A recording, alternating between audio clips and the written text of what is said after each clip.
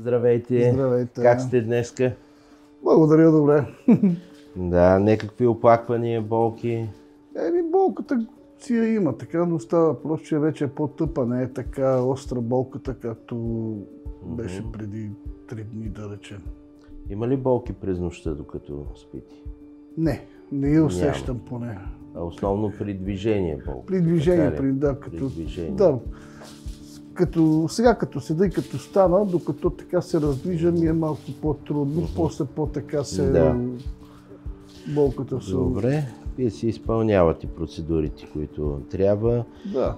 Има ли така някоя процедура, която да ви затруднява или така да ни ви е комфортно? Не, поне за сега няма такава процедура, която Добре се чувствате. Да. След самите процедури няма някакво засилване по-осезаемо? Не. Даже след като свършат процедурите, така по-изтръпналото е повече, поне се усеща болката.